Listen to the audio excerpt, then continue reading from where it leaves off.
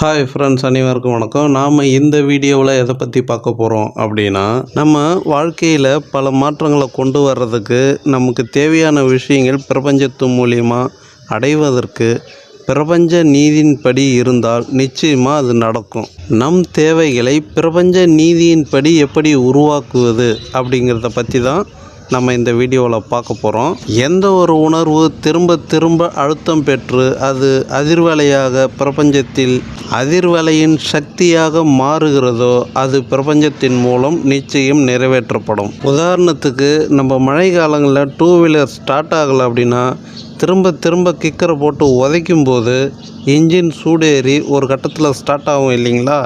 அந்த மாதிரி அந்த உணர்வு அந்த அளவுக்கு சக்தி வாய்ந்த ஒரு அழுத்தம் பெற்ற உணர்வாக இருக்கணும் அப்படின்னா அந்த உணர்வுக்கு தீராத ஒரு பசி இருக்கணும். நமக்கு பசி வரும்போது நம்ம சாப்பிட்டே ஆகணும் அப்படிங்கிற ஒரு ஏக்கம் இருக்கும் இல்லைங்களா? எதையாவது கிடைச்சா போதும், நம்ம பசியை போக்கி ஆகணும்னு ஒரு துடிப்பு இருக்கும் இல்லைங்களா?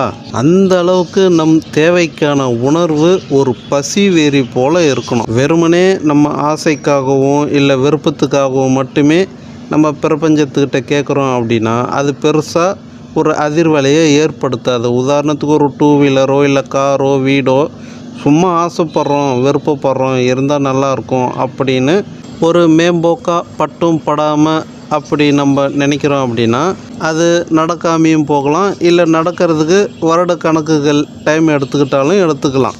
ஆனால் அதே டூ வீலரோ காரோ வீடோ, நான் ஆஃபீஸுக்கு போக முடியல, பஸ்ஸில் போக முடியல, ரொம்ப லேட் ஆகுது, டைம் ஆகுது, டிராஃபிக்னால் என்னால் சரியாக டைம் மேனேஜ்மெண்ட்டும் பண்ண முடியல, அதனால் எனக்கு ஒரு காரோ இல்லை டூ வீலரோ இருந்தால் நல்லா இருக்கும் அப்படின்னு உண்மையான தேவை, ஒரு பசி போல் இது இருந்தால் தான் நம்ம சரியாக இந்த டைம் மேனேஜ்மெண்ட் பண்ண முடியும் அப்படிங்கிற ஒரு உண்மையான தேவை, ஒரு பசியோடு இருக்கிற மாதிரி நம்ம அந்த உணர்வை வெளிப்படுத்தணும். அதே மாதிரி ஒரு வீடு வேணும் அப்படின்னு நினைக்கிறோம் அப்படின்னா நம்ம வாடகை நம்மளால் கொடுக்க முடியல, மாதம் மாதம் வாடகை கொடுத்து முன்னுக்கு வர முடியல, அப்படி இல்லையா நமக்கு சொந்தமாக கையாகலாம் கூட இடம் இல்லை, நமக்குன்னு ஒரு சொந்தமாக வீடு வேணும் அப்படிங்கிற ஒரு ஏக்கம், ஒரு பசி. ஆனால் இடம் இருக்குது, வீடு கட்ட முடியல, அந்த அளவுக்கு பண வசதி கைக்கு வரல, கிடைக்கல, அப்படி ஒரு சூழ்நிலை அமையல அப்படிங்கிற ஒரு ஏக்கம். இல்லை, எனக்கு இடம் இருக்குது, வீடும் இருக்குது, ஆனால் பழைய வீடாக இருக்குது, இதை இடிச்சிட்டு புதுப்பிக்கணும், இல்லை புது வீடாக கட்டணும், இதுக்கேற்ற சூழ்நிலை எனக்கு இல்லை, பண வசதி இல்லை அப்படிங்கிற ஒரு ஏக்கம், ஒரு பசி. இதே போல் மற்ற தேவைகளும் சரி, எல்லாருக்குமே வீடு, காரு, பைக்கு இதெல்லாம் தேவைன்னு கிடையாது. ஒவ்வொருத்தருக்கும் ஒவ்வொரு தேவை. வேலை வாய்ப்பு, சம்பள உயர்வு, இல்லை திருமணம் கூறுறது, அல்லது தொழிலில் வளர்ச்சி அடையிறது, அல்லது குடும்பத்தில் ஒற்றுமை நிலவுறது, அல்லது ஏதாவது நோய் இருந்தால் குணமாகிறது, இல்லை குழந்தை பாக்கியம் இல்லை அதுக்கு ஏதாவது ஒரு சொல்யூஷன் கிடைக்கிறது. இப்படி எந்த ஒரு தேவையாக இருந்தாலும் சரி, அது ஒரு தீராத பசி, தீவிரமான பசியாக நீங்கள் உங்கள் உணர்வு மூலியமாக கொண்டு வந்தீங்க அப்படின்னா அந்த உணர்வுக்கு ஒரு தீவிரமான அழுத்தம் கிடைக்கும். ஓகேங்களா? அந்த அழுத்தமானது அதிர்வலையாக இந்த பிரபஞ்சத்தில் போகும். ஏன் அப்படின்னா, ஏன்னா அதுதான் உங்களுக்கு ஒரு முக்கியமான தேவையாகவே இருக்கும். ஓகேங்களா? நீங்கள் அதுக்காக தினம் எழுதி அதை படிக்கணும், வாசிக்கணும்னு அவசியம் இல்லை.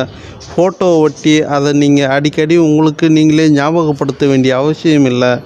ஏன்னா அதுதான் உங்களுக்கு முக்கியமான தேவை. அது உங்களை ஞாபகப்படுத்த வேண்டிய அவசியம் இல்லையே. உங்கள் தேவைகளை நீங்களே மறக்க போகிறீங்க. இல்லை, அப்போது உங்களுக்கு திரும்ப அது உங்களை ஞாபகப்படுத்த வேண்டிய அவசியம் இல்லை. ஆனால் உங்கள் தேவைகள் நடந்துட்டால் எப்படி இருக்கும் அப்படிங்கிறத நீங்கள் விசுவலேஷன் பண்ணணும். உதாரணத்துக்கு, நீங்கள் கேட்ட விஷயங்களோ இல்லை நினச்ச விஷயங்களோ ஒரு 2 மாதத்தில் நடந்துருச்சுன்னு வச்சுக்குங்க. அதை நீங்கள் கற்பனையில் டைம் ட்ராவல் பண்ணி அங்கே போய் நீங்கள் அதை அனுபவிக்கணும். ஓகேங்களா? உங்களுக்கு 2 மாதத்தில் நீங்கள் பிரபஞ்சத்துக்கிட்ட கேட்ட விஷயம் நடந்துருச்சு. அதை நீங்கள் விஷுவலேஷன் மூலிமா, கற்பனை மூலிமா நீங்கள் டைம் ட்ராவல் பண்ணி அதை போய் ரசிக்கணும், அனுபவிக்கணும், உணரணும். அப்படி நீங்கள் உணர்ந்தீங்க அப்படின்னா, உதாரணத்துக்கு உடம்பு சரியில்லை, ஒரு 2 மாதத்தில் இந்த பிரபஞ்சம் அதை குணமாக்கிடும் அப்படின்னு நீங்கள் ஃபீல் பண்ணுறீங்க. விஷுவலேஷன் பண்ணி டைம் ட்ராவல், கற்பனை மூலிமா டைம் ட்ராவல் பண்ணி குணமாயிட்ட மாதிரி ஃபீல் பண்ணீங்க அப்படின்னா நீங்கள் அதை ஃபீல் பண்ணும்போதே பாதி நோய் குணமான மாதிரியே நீங்கள் உணர்வீங்க. அதே மாதிரி தான் மற்ற பொருட்களை நீங்கள் அந்த மாதிரி டைம் ட்ராவல் பண்ணி ஃபீல் பண்ணும்போது, விசுவலேஷன் பண்ணும்போது உங்களை நோக்கி அது ஈர்க்கக்கூடிய ஒரு காந்த சக்தி உங்கள் மூலயமா அது உருவாகிடும். இதை தான் சொல்லுவாங்க தத்துவ ஞானிகள் எல்லாம், நம்ம எதை தேடுறோமோ அதுவும் நம்மளை தேடிக்கிட்டு இருக்குன்னு சொல்லுவாங்க. நம்ம எப்போ அழுத்தமான உணர்வாக ஒரு விஷயத்தை நோக்கி தேட ஆரம்பிக்கிறோமோ அப்போவே நம்மக்கிட்ட ஒரு காந்த சக்தி உருவாகிடும். ஓகேங்களா? அதை ஈர்க்கக்கூடிய காந்த சக்தி உருவாகிடும். அப்படி ஈர்க்க தொடங்கிடுச்சு அப்படின்னா அது நம்ம கைக்கு வர வரைக்கும் அந்த அதிர்வலை, அந்த காந்த சக்தி செயல்பாட்டிலே இருக்கணும். அப்படின்னா அது உண்மையான தேவையாக இருந்தால் மட்டும்தான் அதை நம்ம தக்க வைக்க முடியும். அதாவது ஒரு பசி போல் தேவை. அப்படி பசி போல் ஒரு தேவை இல்லை அப்படின்னா நம்ம ஆசைக்காகவோ விருப்பத்துக்காகவோ நம்ம அதை ஈர்க்கிறோம் அப்படின்னா நம்ம தேவைகள் மாறிக்கிட்டே இருக்கும். ஓகேங்களா? இன்றைக்கி ஒன்று கேட்போம், நாளைக்கு வேறு ஒன்று கேட்போம், இல்லை அடுத்த நாள் வேறு ஒன்று மாற்றிக்கிட்டே இருப்போம். அப்போது நம்ம நினச்சதும் நம்ம கைக்கு வராது, அது நடக்கிற மாதிரியும் நம்ம கண்ணுக்கு தெரியாது. உண்மையான பசி போன்ற ஒரு தேவை இருக்குது அப்படின்னா நிச்சயமாக திரும்ப திரும்ப நம்ம மாற்றிக்கிட்டே இருக்க மாட்டோம். ஓகேங்களா? அப்போது ஒரே தேவையை திரும்ப திரும்ப நம்ம அதுக்கு சக்தியை கூட்டும்போது அதை நம்மளை நோக்கி இழுக்கக்கூடிய ஒரு தன்மையை, ஒரு அதிர்வலையை நம்ம உருவாக்குறோம். சின்னதோ பெருசோ நீங்கள் பிரபஞ்சத்துக்கிட்ட கேட்டுட்டீங்க, அது முயற்சியும் பயிற்சியும் நீங்கள் தொடர்ச்சியாக எடுத்துக்கிட்டு இருக்கீங்க, ரொம்ப நாளாக எடுத்துக்கிட்டு இருக்கீங்க அப்படின்னா திடீர்னு வேறு ஒரு தேவை வந்துடுச்சு, இதுதான் இப்போ முக்கியமாக இருக்குது, இதுதான் அர்ஜெண்ட்டாக இருக்குது, இதுதான் அவசியமாக இருக்குது அப்படின்னா நீங்கள் இதுக்கு முன்னாடி செஞ்சதை விட்டுடுங்க. ஓகேங்களா? இந்த மாதிரி சூழ்நிலையில் நிச்சயமாக இதுக்கு தீவிரத்தை ஏற்படுத்துனீங்க, அழுத்தத்தை கொடுத்தீங்க அப்படின்னா இது டக்குன்னு நடக்க வாய்ப்பு இருக்கும். ஏன்னா இதுதான் ஒரு தீவிரமான பசியாக இருக்கும். ஓகேங்களா? இந்த பசியை அடக்கிறதுக்கு தான் நம்மளோட அழுத்தம், நம்மளோட தீவிரத்தன்மை அதிகமாக இருக்கும். நம்மளால் 100% உணர்வை வெளிப்படுத்த முடியும், அதிர்வலைகளை ஏற்படுத்த முடியும். உதாரணத்துக்கு ஒரு 6 மாதத்துக்குள்ளே திருமணம் நடந்தே ஆகணும், அதை தாண்டி போயிடுச்சு அப்படின்னா ஒரு 5 வருஷத்துக்கு திருமண நேரமே கிடையாது அப்படின்னு ஒரு சூழ்நிலை ஏதோ ஒரு ஜாதக ரீதியாக சொல்கிறாங்க. அப்படின்னா இந்த மாதிரி சூழ்நிலையில் நீங்கள் விருப்பப்பட்ட மாதிரி ஒரு 6 மாதத்துக்குள்ளே உங்களுக்கு திருமணம் நடந்தே ஆகணும் அப்படிங்கிற ஒரு அழுத்தத்தை, ஒரு அதிர்வலையை நீங்கள் பிரபஞ்சத்தில் ஏற்படுத்துனீங்க அப்படின்னா அந்த 6 மாதத்துக்குள்ளவே நீங்கள் விருப்பப்பட்ட மாதிரி திருமணம் கூடி வர்றதை இந்த பிரபஞ்சம் உங்களுக்கு சூழ்நிலையை ஏற்படுத்தி கொடுக்கும். இந்த மாதிரி அவசியமான காரணத்தினாலும் சூழ்நிலையின் அழுத்தத்தின் காரணத்தினாலும் தேவைக்கான உணர்வாக உருவாக்கும் போது அது பிரபஞ்ச நீதிக்குட்பட்டதாகும். அதாவது பிரபஞ்ச நீதிங்கிறது வேற, பிரபஞ்ச விதிங்கிறது வேற. ஓகேங்களா? பிரபஞ்ச நீதி அப்படிங்கிறது தனித்துவமானது. ஆனால் பிரபஞ்ச விதிகள்ங்கிறது அது எக்கச்சக்கமாக இருக்குது, 1 2 கிடையாது.